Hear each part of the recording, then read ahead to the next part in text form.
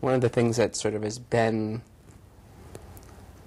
sort of getting into my head more recently is that perhaps a lot of emergency management is a waste of time, in that nobody seems to want to pay for it. Nobody seems to take it very seriously. So perhaps we are better off just being like firefighters and building up, caches of resources and trucks and staff and sitting around and waiting for the next disaster. Because if nobody wants to pay for it, pay for planning, and nobody wants to actually change the way they do business, then perhaps that's not a bad methodology. The problem is emergency management gives lip service to preparedness and planning. And they never actually recognize that there's going to be a lot of organizations that don't want to plan, that aren't willing to plan, and will not make the investment in planning.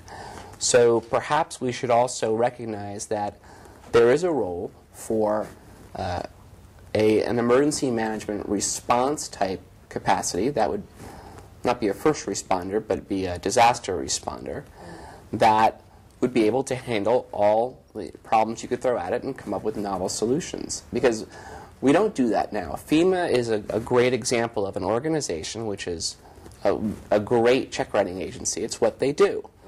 They're not a response organization. They don't have teams they can insert to do disaster relief. They do have the urban search and rescue teams, and they do have the disaster medical assistance teams, but those are not enough to actually respond to an entire disaster. I've been thinking for a long time about the need for a non-military disaster special forces model where we could actually take a 13-man team and insert them into a disaster environment and have them go literally from town to town fixing the problems they can while still being self-sufficient. So you'd insert them for a week or two and then extract them at another extraction point, and that multidisciplinary team would just go really from town to town, village to village, fixing the wells, making the population more sufficient, because there's, in environments like Katrina, there's just no way for us to attack the problem other than from the edges. And I just think that there's a need for us to have a response capability that is actually robust and self-sufficient and can actually just go in and solve the problems, both because I think it's needed, because I think we don't have that now, but it's expected that we do, and because so many organizations are not willing to invest the time and the money and the effort to actually make changes beforehand.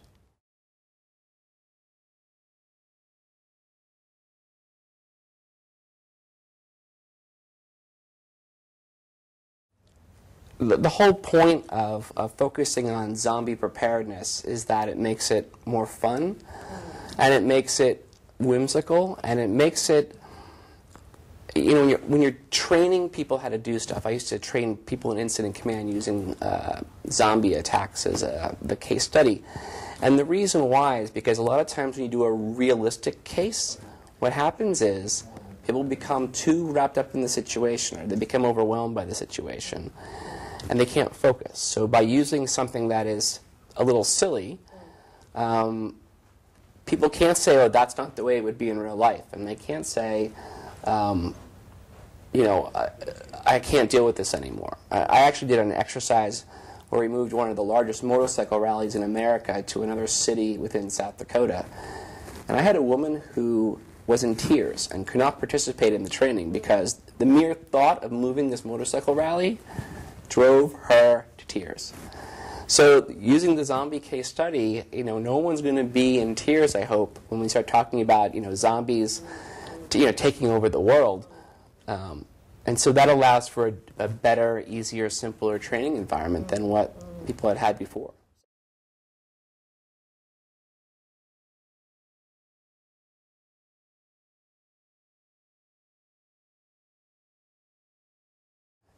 There is for a number of reasons. I mean, there is because when people are more relaxed and receptive, they can learn principles better. One of the fundamental concepts of learning is that the more you can manipulate the concepts, the easier it is to really retain them. because talking to people doesn't really do much at all. So, making things fun, making people want to engage with them, sort of overcome some of the barriers to people when they're doing a disaster exercise. Even if they're experienced disaster managers, maybe you've had a bad day, maybe your kids are being a pain, there's a million reasons why you wouldn't want to participate. But if it's more fun, it's a little easier to swallow because it's probably not what you expected, and if you can get a laugh out of it, that's a good thing.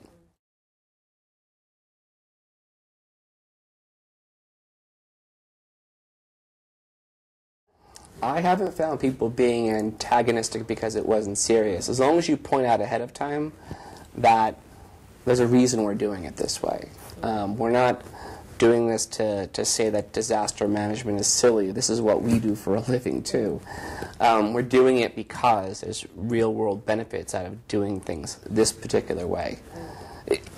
A lot of times at training, you have to get the people involved to trust you. And sometimes it involves you saying point blank that, I know this sounds ridiculous. Stick with me for half the day, and then when we're halfway through, if you still think it's ridiculous, tell me. And I've done a lot of training where it's hard to get people to give up what they think training is going to be. But the more you can sort of break out of their preconceived notions, the easier it is for them to actually learn. So trying to come up with systems that really don't let people sort of get away with sleepwalking through it, I think it's really sort of the key. And plus, it's a lot more fun for exercise designers and exercise evaluators if they're doing something that's entertaining for them, too.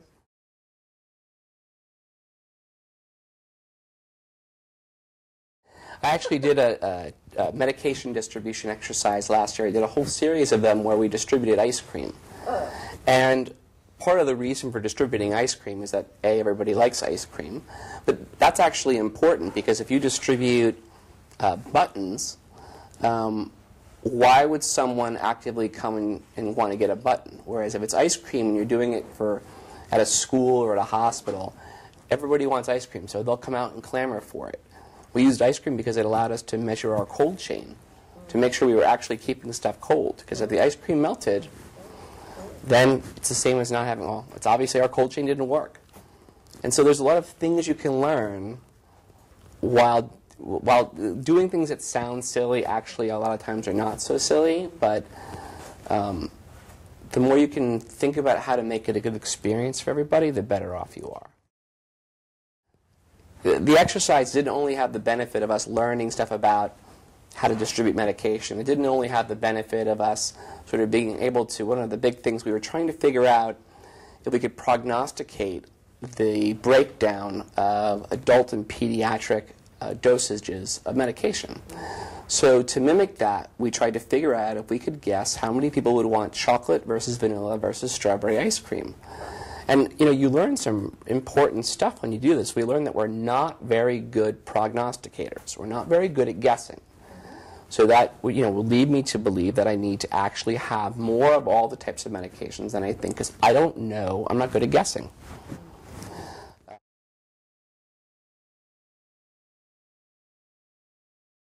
If you go into an exercise and it's the worst case scenario, by definition, all you can do is pray.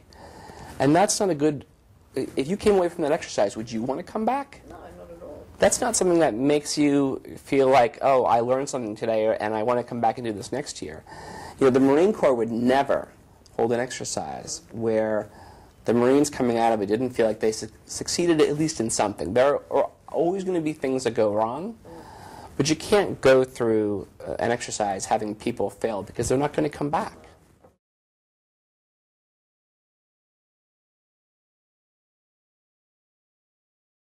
Worst case scenario planning is the single worst thing you can do because it drives people to feel like they're failures. And who wants to do that? Yeah, that's right. I mean, we need to go with a building block model. If you look at anything about educational theory, every concept of education says You start at the lowest possible level and you build competency.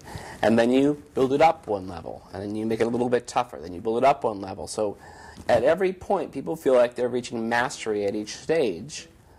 And they get better at what they do. You don't set them out, you don't try to have a kindergartner try to take their PhD comps the first day because, that's the real world.